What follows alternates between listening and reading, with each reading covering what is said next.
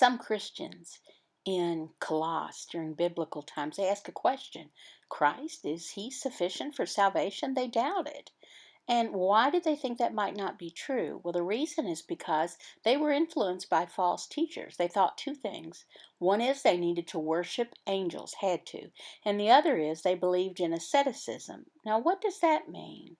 Well, that means that you deny yourself pleasure in eating, don't touch, don't eat it, don't feel good in your body physically, don't clothe yourself in a special way, all of these things.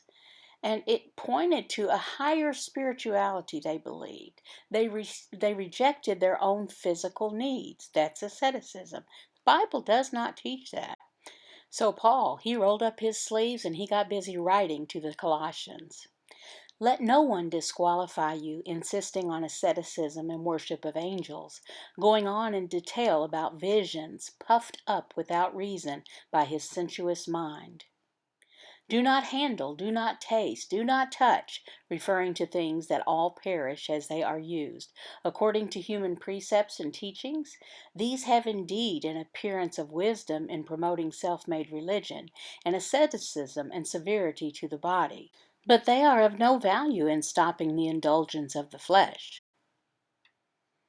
Some Christians, they doubted that Paul was sent to ministry. They doubted it. And Paul defended himself. He defended Epaphras also, who was also sent. People were talking negatively about him. He saying that he was not faithful to the gospel. Just as you learned it from Epaphras, our beloved fellow servant, he is a faithful minister of Christ on your behalf, and has made known to us your love in the Spirit. Now, what happened in Colossae was negative. They were doubting, and the same thing happened in the city of Corinth. You can read about this in 2 Corinthians chapter 10 through chapter 12. And it tells about this story. You'll understand what happened. False teachers, what did they do? They criticized Paul's ministry. What did they do? They looked at him and they said, oh, he's suffering. This is against the gospel and God's kingdom.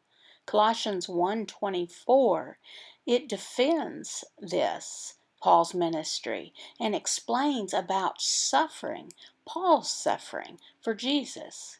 Now I rejoice in my sufferings for your sake, and in my flesh I am filling up what is lacking in Christ's afflictions for the sake of the body, that is the church. Paul's perspective of suffering was different than the false teachers, very different. Paul's suffering did not mean that his ministry was not from God. In fact, it was just the opposite. It showed evidence that Jesus had called him to preach. Now, how did suffering show evidence? Well, Paul said in Colossians that his suffering is what is lacking in Christ's afflictions. Paul did not say that Jesus' work on the cross of suffering was not sufficient for our salvation. No, he did not say that. Oh, come on, you need to suffer more. No, Paul did not teach that. What he taught did not negate what he said in other parts of the Bible. Paul emphasized that Christ is sufficient for salvation. Christ himself is the God-man. He made peace possible between God and the people, and that's through his shed blood on the cross, and through him to reconcile to himself all things, whether on earth or in heaven, making peace by the blood of his cross. Paul explained in Colossians the victory. Three things: over sin, over death, and Jesus' finished work of salvation on the cross. There is no misunderstanding about this. And the cross is not wrong. There's a story that I read that's very interesting. There is a young man. He lived in a third world country. And it's very interesting. This young man, he traveled. He he didn't have things he really needed. He was kind of stuck, didn't have money or anything, but he was traveling on foot and it was very hot where he was.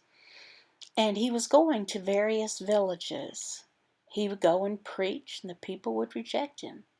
He would continue go to the next village, preach, and he was rejected again. And it kept happening all day. And it was so hot that day. His feet felt like they were on fire. He was suffering in pain, traveling around and around, getting rejected. He was tired. He decided to lay down and rest under a tree. So he did.